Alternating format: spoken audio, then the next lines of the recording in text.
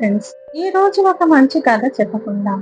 అనగనగా ఒక మంచి దేశం ఉంది. ఆ దేశంలో ఒక దయగల రాజు ఉన్నాడు.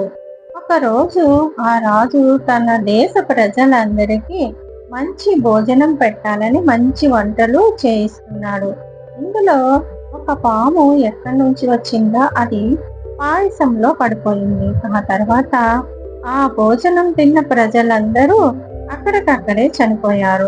ఈ విషయం తెలిసి రాజు లబోదిబోమంటూ, నా వల్లనే వీళ్ళంతా చనిపోయారే, ఆ పాపానం నాకే తగులుతుంది అంటూ ఆ రోజంతా ఏడుస్తూ, ఇంకా కొద్ది రోజులకి పశ్చాత్తాపంలో విలపిస్తూ అతను రాజ్య త్యాగం చేసి అడవిలోకి వెళ్ళిపోయాడు. అలా వెళ్తూ వెళ్తూ ఒక గ్రామానికి చేరుకున్నాడు. అక్కడ గ్రామస్తులకు ఒక విషయం అడిగాడు.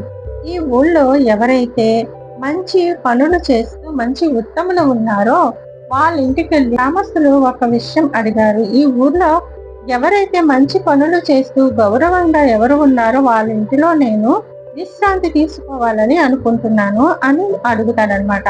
అప్పుడు అక్కడ ఉన్న ప్రజలు ఇతను చాలా ఉత్తమమైన మనిషిలా కనిపిస్తున్నారని చెప్పి ఒక ఇల్లు చూపిస్తారు.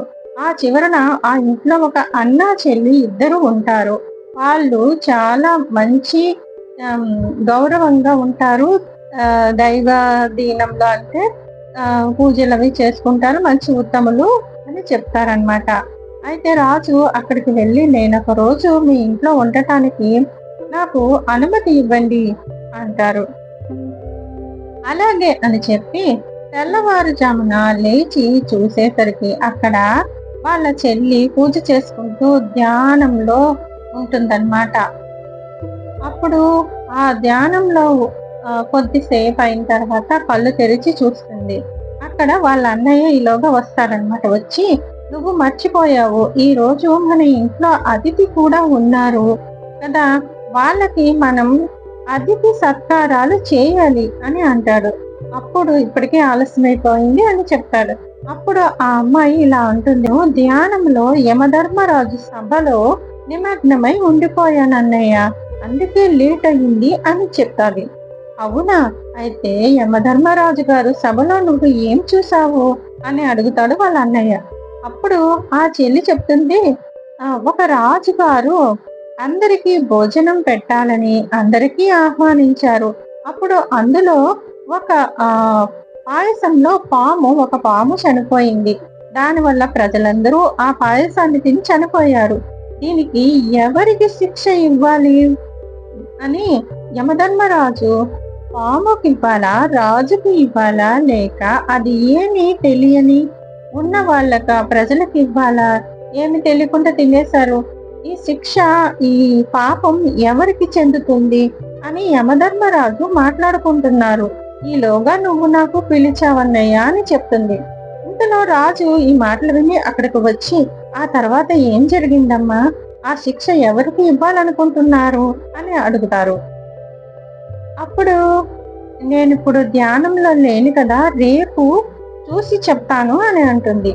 అప్పుడు రాజు అంటాడు, సరే అయితే నాకు ఇంకొక రోజు ఇక్కడ ఉండటానికి అనుమతి ఇవ్వండి అంటాడు. అప్పుడు అన్న చెల్లి రాజుకి అనుమతి ఇస్తారు. ఇంతలో ఊరు ప్రజలంతా చూడు అక్కడ పక్క రాజ్యంలో అందరికీ రాజు భోజనం పెడతానని చెప్పి అందులో విషం కలిపి ప్రజలందరినీ చంపేశాడట అంటూ ఇష్టం వచ్చినట్టు తెలియకుండా మాట్లాడుకోవడం మొదలు పెట్టారు. ఆ మరుసటి రోజున ఆ చెల్లి మళ్ళీ ధ్యానంలోకి పూజ చేసుకుంటూ ధ్యానంలోకి అప్పుడు రాజు అక్కడికి వచ్చి, అమ్మా, ఈ రోజు మీరు ఏం చూశారు అని అడుగుతాడు.